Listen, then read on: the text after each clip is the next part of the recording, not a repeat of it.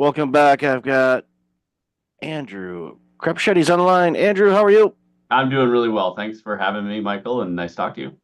Happy New Year and great to talk to you. Really looking forward to this conversation because you're doing some amazing work at Red Balloon, and obviously you've done some great work throughout your career. So why don't you share a little bit about you, and then we'll jump into the conversation. Cool. Yeah. No, I grew up in San Francisco Bay Area, did the old .com thing. Decided I wanted a change of pace, a change of scenery, and moved up to Idaho 25 years ago. Was blessed to start a bunch of different businesses. I've started businesses as small as a couple of employees and ran a $50 million business and I think I've had six successful exits over the years, ranging from, $100,000 to half a billion. So been kind of in the business world for a long time and really focused on labor market data and job creation primarily. So that's kind of my background. Then I've got five kids and live in beautiful Idaho on 60 acres, 10 minutes from the office, which is hard to beat. Yeah, Idaho's a beautiful part of our country. It's been a long time since I've been there. I went there when a high school friend of mine was stationed at Mountain Home Air Force Base. Yeah. And I remember he gave us a little tour of the space. And then there was this one door that was blacked out window.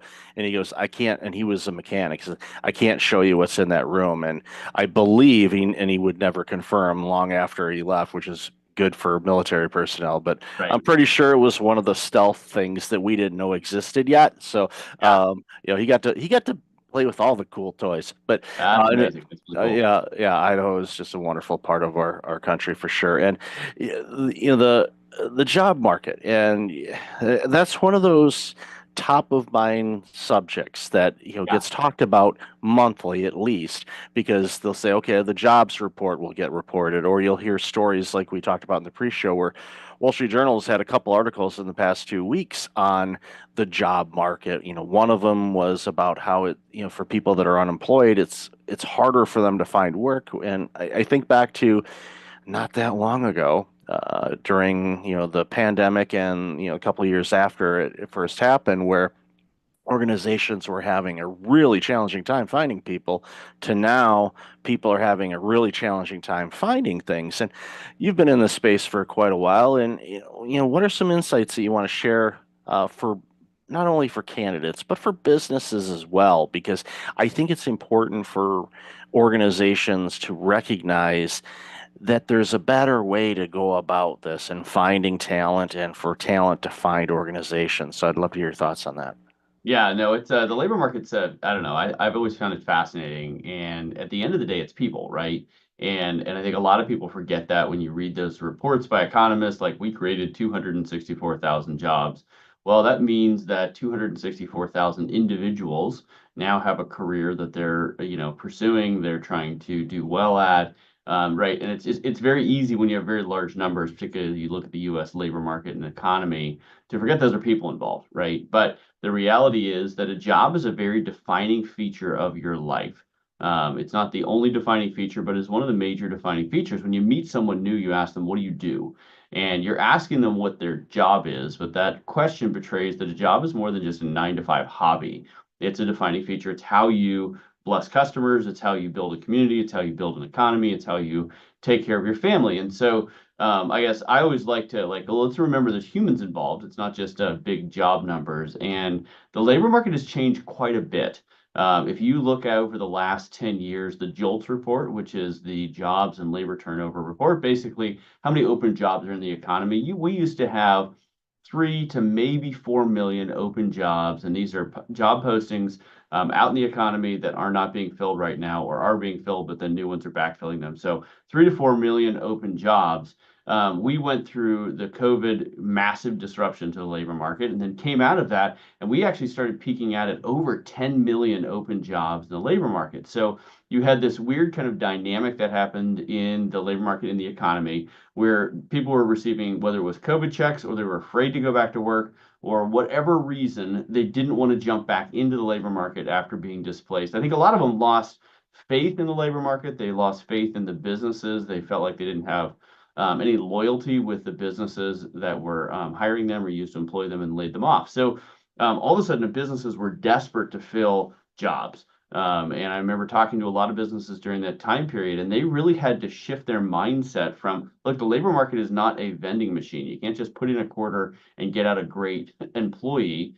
You need to be building an employment brand. You need to be building a talent network. You need to have a strategy around building the talent that you need for your business to be successful. And so businesses, I think, are starting to come to grips with that. But then, even though the unemployment rate continues to be very low in the, barely over 4%, people are having trouble finding jobs a lot more than they did even a year ago, which is really interesting to me because this economy has been dealing with the headwinds of inflation, of taxes and regulation, and honestly, the economy has been dealing with a lot of unknowns of what's going to happen with the election, what's going to happen with different state policies, natural disasters, et cetera. So all these things are coming in to play for these businesses, and they're starting to come to grips with this. But then the economy is kind of slowing down right now, and people are struggling to find a job. It's taking them longer. The average time to find a job in America is pushing 4 months right now. And you think about like, well, okay, what's 4 months? Well, if you're not getting a paycheck for 4 months, um, you really feel that and your family really feels that, and it's not just the money side, although that's a big part of it. It's the stress and anxiety of the job search process. And speaking of the job search process, I would say in a lot of ways it's really broken right now because put yourself in the shoes of a job seeker. You are applying for a job and you're saying, hey, I think that my skill set would be a good fit for your business, and then most businesses aren't even responding to you. They're just ghosting you. They're not even giving you the compliment of a response.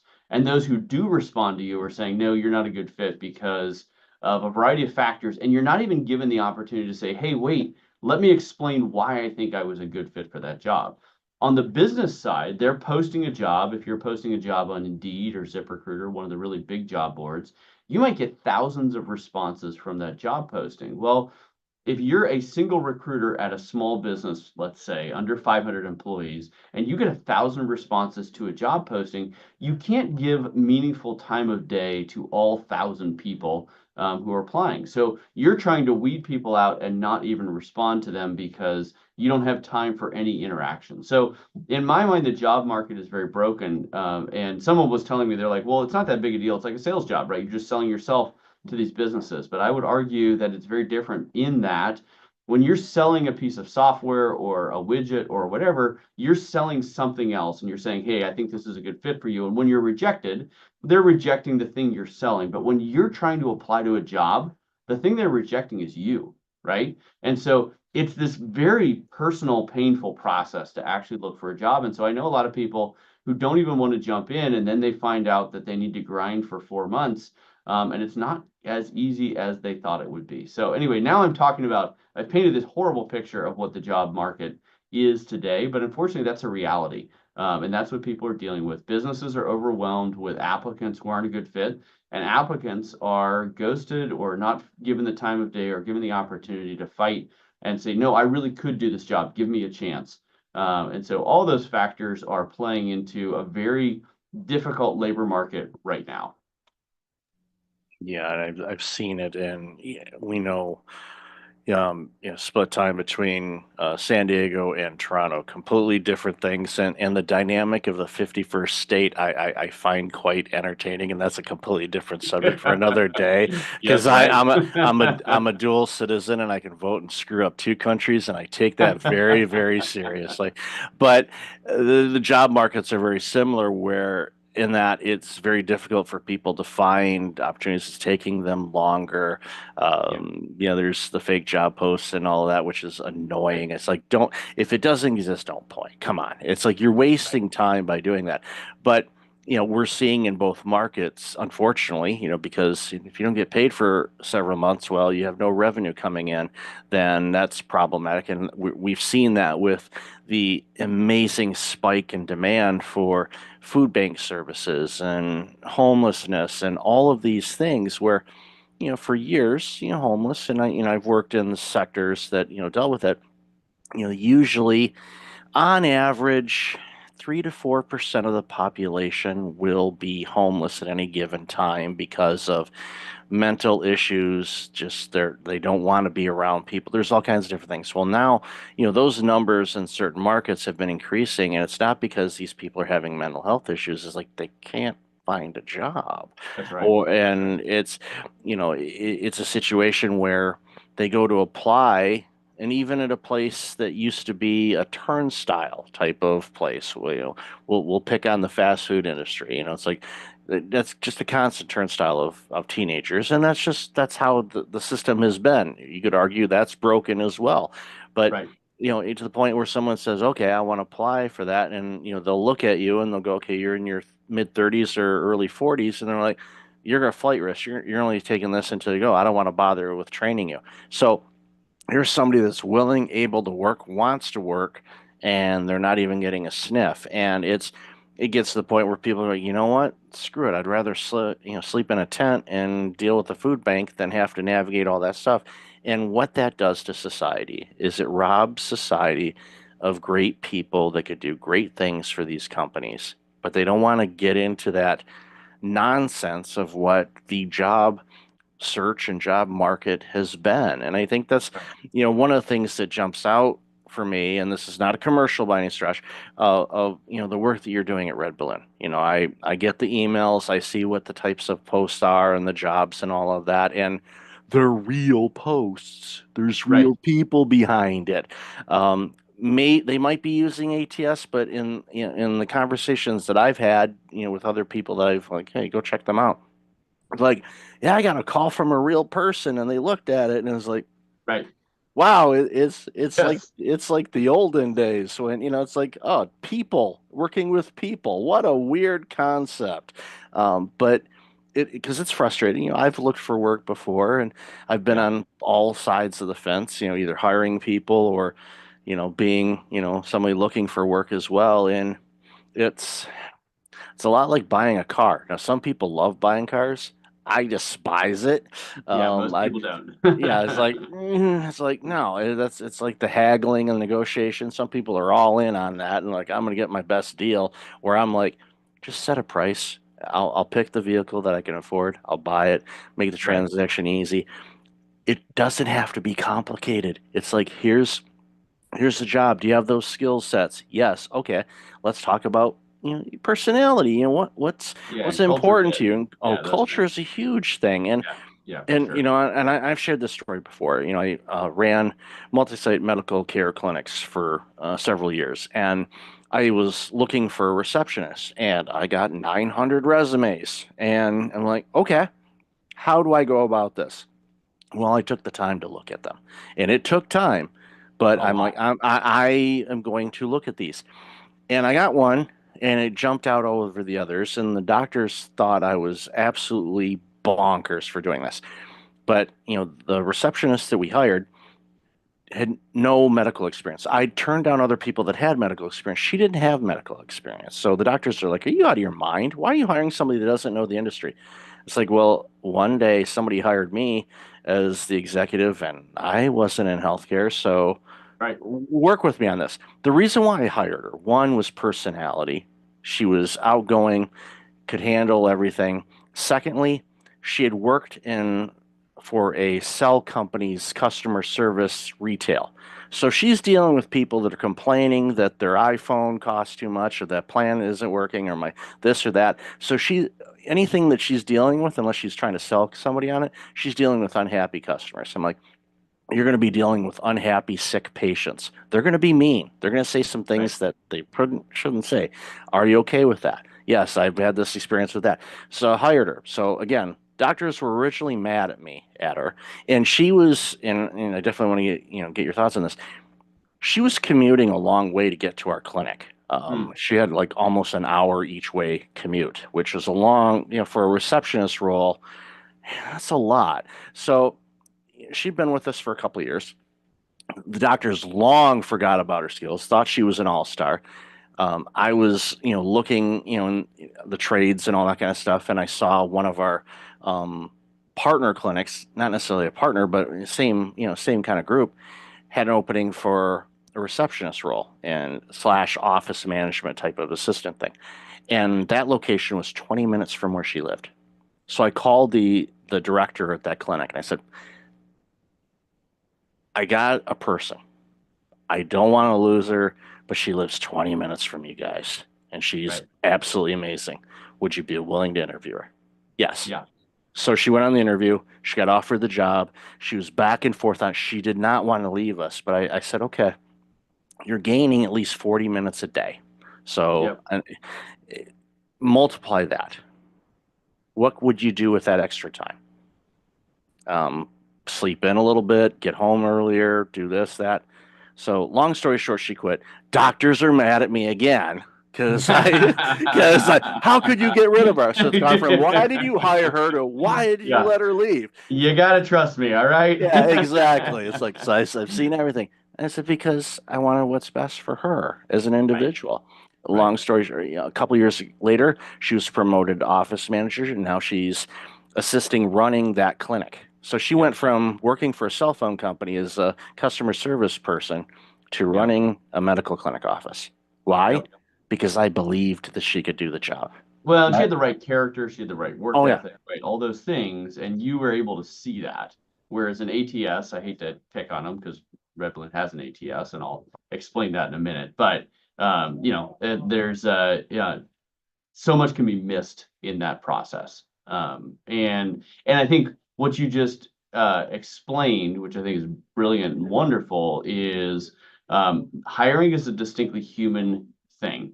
And I think anytime you just try and have the algorithms or AI or any of these things take over DQing people who the algorithm thinks are not a good fit, or communicating in a way that's clearly a machine communicating. I just think it's not kind and it's not human. It is a distinctly human thing to hire other people. So, and I guess to your point, I painted a really bleak picture, and I love your story there. But it took a long time, right? If you've got 900 resumes you're going through, then you've got to go and pitch the doctors that no, trust me, this is going to be the right person for our organization. That's an enormous amount of time commitment. And if you're hiring 20 people, and you want to make sure that they actually work, well, multiply that by 20, and all of a sudden you are a full-time person just trying to hire people, and you're not getting any other work done. So I sympathize with the employers who are like, I need algorithms, I need AI, I need an applicant tracking system to do something, because there is just this hard, reality of amount of hours. So this is what Red Balloon's doing to solve it, because I don't like to paint bleak pictures and say that everything's terrible and then not say what we're doing to solve it, because we think there are ways to solve this. So there's a couple things we're doing right now. So if you're a job seeker, instead of applying to jobs, and you can apply to jobs on Red Balloon if you think you're a good fit, and I will tell you our employers are different because we coach them up and say, look, your employment brand is really important. And that person who you might not think is a good fit right now might either know someone who is a good fit, or they might be a good fit for you at some point in the future. And if you ghost them, if you treat them as someone not worthy of a response, that's going to tell them a lot about you as an employer and whether they should ever apply for you or even recommend you as an employer. So you need to continue to be thinking about your employment brand and be responding to people, right? So job seekers can apply, or you can just join a talent network or a resume database on Red Balloon. And basically what you're saying is like, look, maybe you have a job today, maybe you don't have a job today, but I would like to be considered for an opportunity that you think as an employer is a good fit for me. And then either employers or our Red Balloon recruiting team will go through that resume database when we have open jobs, and we'll reach out to people and say, look, we think that you're worth an interview for this job. We can't guarantee that you're going to be a good fit, but we think it's worth a conversation. Well, as a job seeker, think how much better of an experience that is. Instead of applying to a job and getting ghosted or rejected, someone's reaching out and saying, look, I don't know if this is a good fit, but I think it's worthy of an interview to have a conversation about this job. Well, that's a way better way to do it. The other thing that we do on the employer side is we can take over that recruiting process. And look, there are recruiters out there, some good recruiters. They're very, very expensive. If you use a traditional outsourced recruiter, you're going to pay 30 to 40% of the first year salary for the person that they're helping you hire. So get ready to write a $30,000 to $40,000 check for them to fill a position for you. Well, Red Balloon thought, man, there's got to be a different way. If we can do this at scale, we can include humans and use computer programs and software to just make the humans more efficient, but not try and take over what is a distinctly human thing. of looking someone in the eyes, getting on a video call, actually understanding, you know what, you're a person of character. And while you might not have all the skills today, you're going to be an awesome fit for this company. So we will actually take over that recruitment process, and we will do it for under $10,000. And we've filled CFOs and CEOs, and we've filled executive assistants. When you've got a small business and you know you need the right person, but you don't have the time and energy to do it yourself, we're going to save you tens of thousands of dollars and actually have a human being talk to people who might be a good fit for your company. So that's kind of, and we're trying to build that at scale because we believe that job seekers have the right and the dignity to have a conversation with a human being. And we believe in businesses, if you're a small business, you simply don't have, we estimate it should take 30 hours to run a good hiring process. 30 hours, right? Well, imagine that if you have 10 people you need to hire. Well, most business owners don't have 300 hours that they can devote to hiring. They need to be running their business. And so that's what Red Balloon does. We take over the hiring process. We do it for way less than a traditional recruiter. And we try and give job seekers the dignity of a human conversation because we think they deserve it. And if we can do that at scale and really redeem the world of work and make work fun again, that's really what we're striving for. Yeah, I'm a gigantic fan of it, and as I said, I've had people look at it. I get the emails because I always want to see what's going out there, and I Yeah. see the quality of organizations that are in there, and you can tell that and thank you for sharing. I did not know the fact the organization is coaching these organizations because post after post after post, it's like this feels personable. It doesn't Right. feel like here's what you need to do. And I'll give you a funny story. I saw a not because I've done on the side I do some nonprofit help and whatnot, and I saw a job post for a part-time nonprofit director type of role. Yeah. And I'm looking at the job post and I'm like I started visually trying to count the bullet points of the duties and responsibilities. And I'm like scrolling, I'm like, and my original career was accounting, so I can count, but I'm like, there's too many bullet points. So literally, I copied the post, I threw it into ChatGPT, and I said, "Hey, ChatGPT, how many bullet points are in this job post?" 57 was the last one. 57. And Right. then, of course, other duties is assigned, which is that's the Right. catch-all. The Those total other catch-all. And there's like probably two human beings on the entire planet that check all 57 of those boxes, right? Yeah, yeah, that was the volunteer board of directors sitting around the board table coming up with a wish list instead We of, should do okay, this. We should do that. hire some, what do you want, who are you as an organization and what do you want to do? Right. What's your mission? Who do you want to accomplish? What type of person do you want in this role? Not skills. Skills can be taught. Right. And we've got countless stories about that. But what do you want that person to be like? What do they need to have from a personality standpoint to be able to succeed in this job and deal with you bozo board members?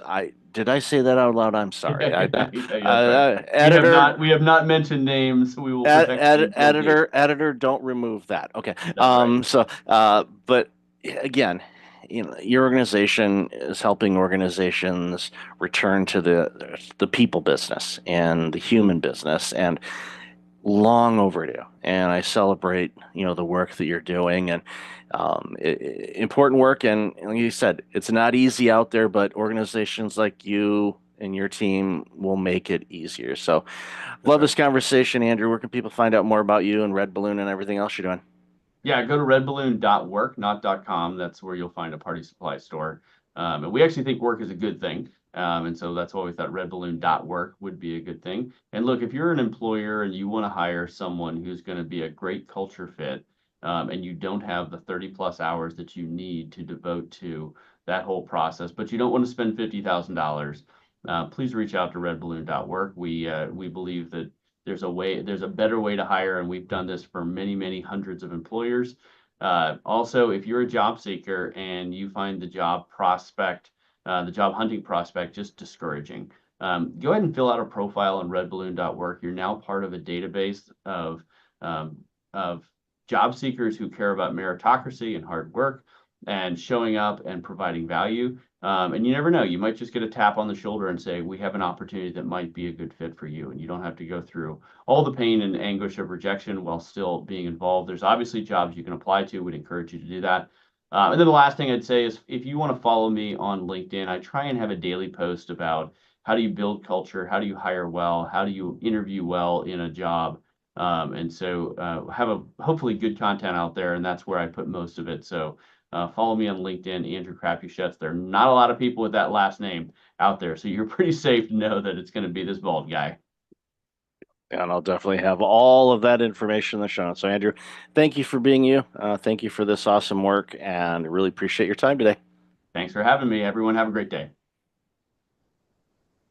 Welcome back. I've got Doug Drysdale. Like, Doug, how are you today? Hey, I'm doing great, Michael. Thanks. How are you? Good to see you. Great to see you. Really, really looking forward to this conversation as we talked a little bit in the pre-show about this. So, why don't you share a little bit about you, your company, and then we're going to jump into this very important conversation around mental health. Yeah, happy to do that. And thanks for the opportunity to talk a little bit about what we're doing. Like my background, I've spent 35 years building drug development companies of some form or other. In the first half, largely through kind of R&D licensing, partnerships, co-developments, those kind of things.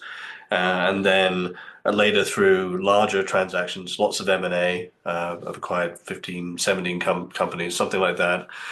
So building companies organically. But the most rewarding, I think, for the last sort of 16 years or so, I've been the CEO of four different pharma companies, different types of companies, from a generics company I co-founded, a spec pharma company, a CDMO, a contract manufacturer, Cybin, now a biotech company. Two of those were startups and two of those were turnarounds. Two of them were public and two of them were private. So it's a real kind of mix of things.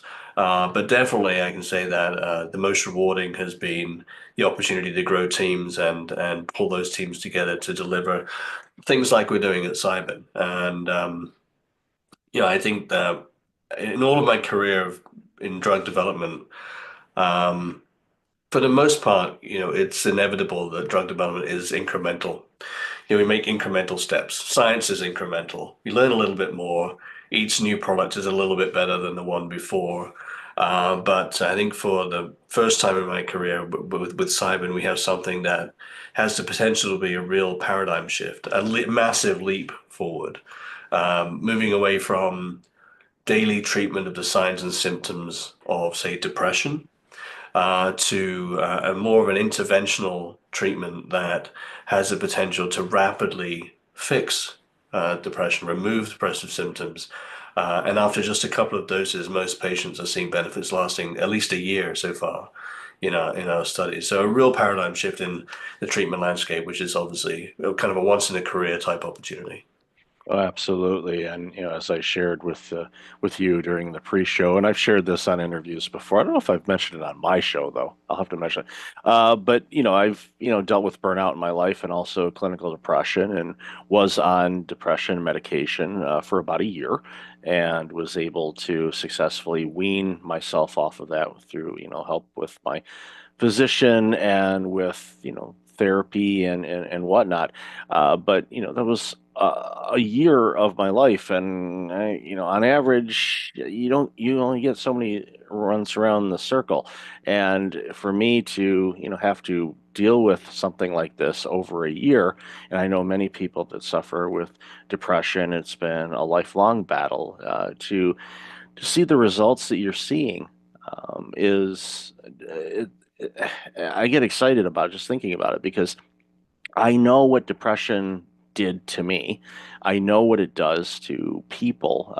It robs them of themselves, and of course that always passes through to where they work, their families, their friends, relationships, every aspect of it. In society suffers from that. When people lose great people because they're depressed and they're not themselves and they're not able to contribute the way that they want to or used to, society suffers from that. So, that's why, it's so important for us to get you on the show, because I want to talk about, this. And obviously, I don't want to I don't want to ignore the fact of, your career, and a question that came to mind as you were, walking us through what you've done all these years is, I don't want to guess that you've seen it all, but you've seen enough. I think as you're navigating through the landscape of getting approvals and, investors and all these other things, that you can kind of sense what the next question is going to be, the next step's going to be in order to get things approved or clinical trials or anything like that. So I'd love to hear your thoughts on that. Yeah, no, first of all, I'm glad you managed to work your way through that challenging time. In some ways, you're lucky that it lasted only a year. Many patients, as you know, find themselves having to turn to antidepressants because the depression needs some help. And then once they're on those antidepressants, struggle to get off of them. Not necessarily that they're addictive, but that they become dependent. It's like a crutch, if you like. And so, and people, as you said, rightly so, people end up spending many years on these treatments, and they were never designed for that. So, and then the other aspect is not just patients, but when we talk to psychiatrists in our studies, it's incredible to see these 20, 30-year psychiatrists who had kind of gotten to a point where they resigned to the fact they had nothing that they could help their patients. So suddenly they're seeing them motivated and energized because suddenly they have new tools that can actually change the course of disease and not just mask the signs and symptoms. Yeah, look, drug development drug development is challenging. Drug development is complex, more complex than most retail investors appreciate. Clinical trials are complex. Our first phase 3 study, 40 sites in a dozen countries, and that brings a huge amount of complexity, as you can imagine. And all of that goes on behind the scenes, and the public just sees the outcomes of it. So we're very fortunate to have a really strong team that has developed 60 plus INDs with FDA, many mental health treatments. The team's had something like 37 exits between them. So that means I think that's a good sign. It shows that they're able to create value for themselves and for investors. But more than anything, this is a cause that really motivates people. So I think pretty much everyone on the team is here because of a personal motivation, a friend, a family, a loved one that has dealt with one of these challenges. So there's that personal motivation, but we're also quite competitive people. It's interesting to me, always interesting to me, that drug development seems like it's glacial and really slow, but actually it's kind of like swan management. Smooth on the surface and paddling like hell underneath. And we're frantically working around the clock to keep things on track. And it's a very competitive group, kind of like a competitive sports team, each contributing their all and also each supporting each other. So we're very fortunate to have the group, and I think the collective insight helps us anticipate what's coming next. As you rightly say, that's the critical in any kind of business, is anticipating what could happen next on the positive side and the negative, and then planning for the next milestones. How do you move the company forward with each of the next steps? Well, it's important. And as you were talking to, I started thinking about, all of the regulatory things. Of course, you've got the FDA. That's just talking about the U.S. This is a global product, so you've got all the different variances on that.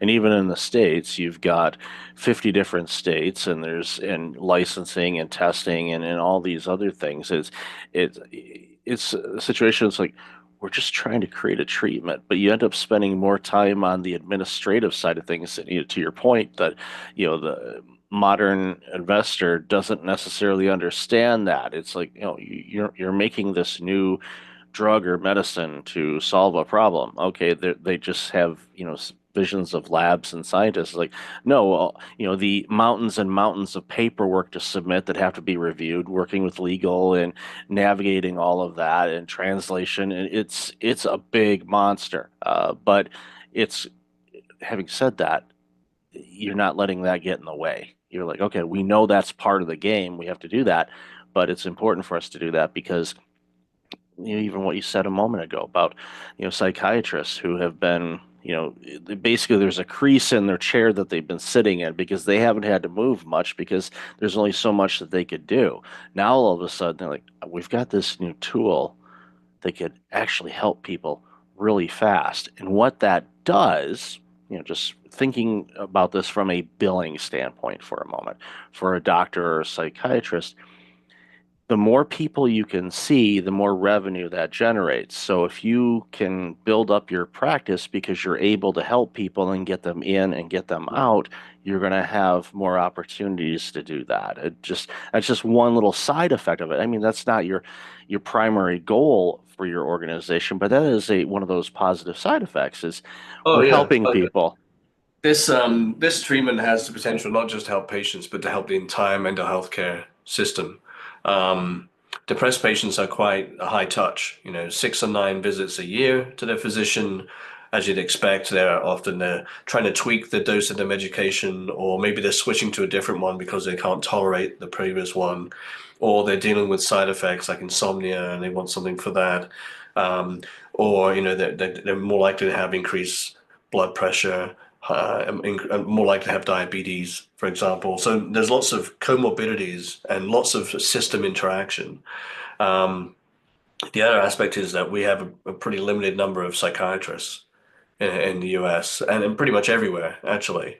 And only about 18% of psychiatrists are available to see new patients because these patients take so much time.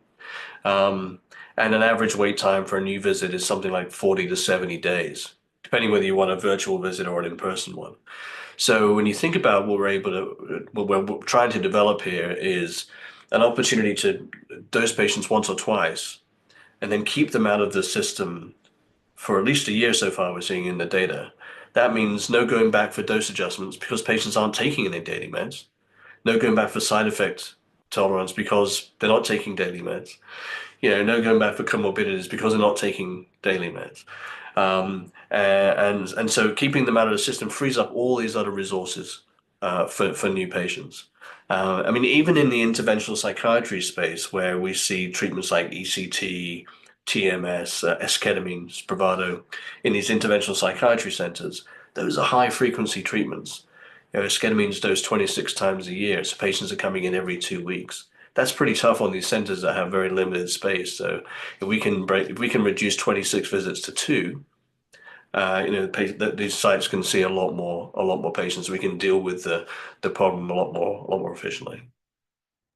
Agreed. And we know the stats of, people that are really struggling, just, case in point, I saw a stat the other day, it's, we're just at the time of this recording, we're just ending, the holiday season. So there's a lot of people that'll be getting their credit card bills in the next week or so. And there's financial stress, and the stress Oh, causes depression because they feel bad about overspending, or they feel bad that they can't, make the payments on time. And of course, that can get you down a rabbit hole of depression and anxiety and self-doubt and all of these things. And a lot of this, I mean, a lot of people, especially when I was going through it, you realize that a lot of that is just your brain chemical challenges and whatever that's adding fuel to the fire type of situation. And to be able to take that and not quote unquote mask it with the pills that I was taking for a year, but to actually have something that can adjust things and correct it where, like you said, a visit or two, and all of a sudden I'm good for a year so far. Because it changes things. And again, it opens up the door because, again, I see so many people just in my daily walk of life where I could tell people are having a tough go of it. And I don't know necessarily what the reasons are. I do know that they're having a tough go of it. And I don't, my hope is that they'll be able to get the help that they need. But as you said, there's a long wait list to talk with a mental health specialist, even with the advent of remote therapies and whatnot. There's still a wait period. And then, of course, there's cost involved and all of that, where, you know, the work that your team is doing and the innovative work that it's been doing is creating an opportunity for people to get this help a lot faster, a a lot healthier. You don't have to worry about, okay, well, we're giving you this, but now, your A1C levels are going through the roof, or, oh, congratulations, you're going to bust the heart, rate, and your watch is going to be yelling at you because your blood pressure is going through the roof. You won't have that. And I used to work in primary care as an executive, so I see the patients coming in, and I know the challenges they're having, and a lot of it is, basically playing whack-a-mole, and that's tough on a doctor because they have to figure out, all right, what are all these different combinations of things, and to be able to use, what your team has come up with. Again, it excites me. I'm thrilled that the work that you've done, and obviously you're leveraging all the experience you've had. But I'm thrilled for this because I know what this means for humanity. If we can get people away from being depressed and help reduce anxiety and other mental health challenges, people will be happier and healthier. And what a world will that be when we can get there? Yeah, no question. And obviously there's a big link between metabolic health and mental health. Um, we know that what people eat affects their mental state. The metabolic health or poor diet leads to reduced mitochondrial function. That leads to reduced mental function because we have 3 times as many mitochondria in our brain than we do in the rest of the cells in our body, and vice versa. When people are depressed, it affects their metabolic health as well for similar kind of connected reasons. So the two are kind of hand in hand. It's hard to fix your metabolic health and all those other things like diabetes, as you mentioned, if the mental health isn't on track, and vice versa. So the problems run deep, and I think, as you said earlier, mental health is kind of like an infectious disease. It doesn't just affect that individual, but the loved ones, the carers, their colleagues, their friends. It's very hard to know how to help someone that is suffering. There's really nothing much that we can do, and certainly the old kind of snap out of it attitude clearly it doesn't work. Um, so we're very excited about the potential for this, and we're well into our phase 3 program now, focused on executing that. You're right, and you said there's lots and lots of hurdles and barriers. Simple things like drug scheduling, where every site and every vendor and every partner has to have a Schedule 1 license. Adds complexity, it adds cost. But we have a team of professionals, and we've been dealing with that for the last 4 or 5 years now, and we're just powering on through. Yeah, that kind of leads into a question I was going to ask to towards wrap up is, you know, and I already kind of know the answer to this, but what's the long-term vision on this? From your standpoint, obviously I think this will spawn additional research in other areas as well. But what's the long-term strategy for the organization to navigate? And again, it helps when you have an all-star team that's done it before. It Yeah. it it, it's not a case where nothing surprises you. It's like, okay, we know how to deal with this, and they do it. And I love seeing organizations that are made up that way because it strengthens the opportunity to quote unquote get things right. So, love to hear your long-term strategy. Look, I mean, we're fortunate in that depression studies can be quite challenging, typically, in that when you're dosing patients every day with a psychiatric condition, and then you're comparing that to a dose of placebo, those placebo patients are getting some kind of positive input, if you like, or, so they're taking this placebo, some reinforcement, if you like, and so the placebo effect can be quite large in these studies, and then you get a failure to separate the active treatment from placebo, typically normally because these treatments have fairly small effects historically.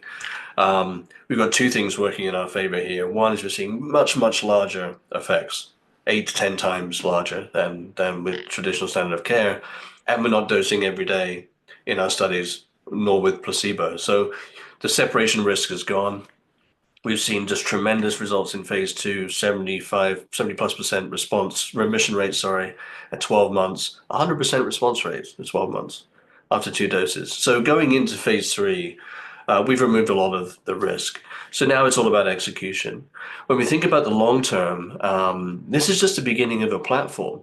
So we know that these treatments very likely will be successful in depression, anxiety disorders, but there's plenty of anecdotal and academic evidence to show that there are many other conditions that these could be helpful for as well.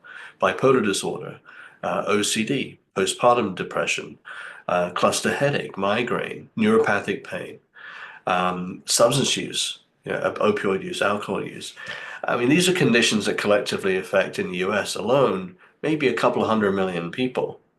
So we're not talking about niche applications here. We're talking about mainstream applications on the scale of, the GLP-1s, Wegovy, et cetera. Ultimately, once we look a few years down the road. So our hope is to focus on this phase 3 approval in depression, and then leverage off of that experience and the impact we can have on the depressed patient community, and leverage that to help many more people with a lot of other conditions.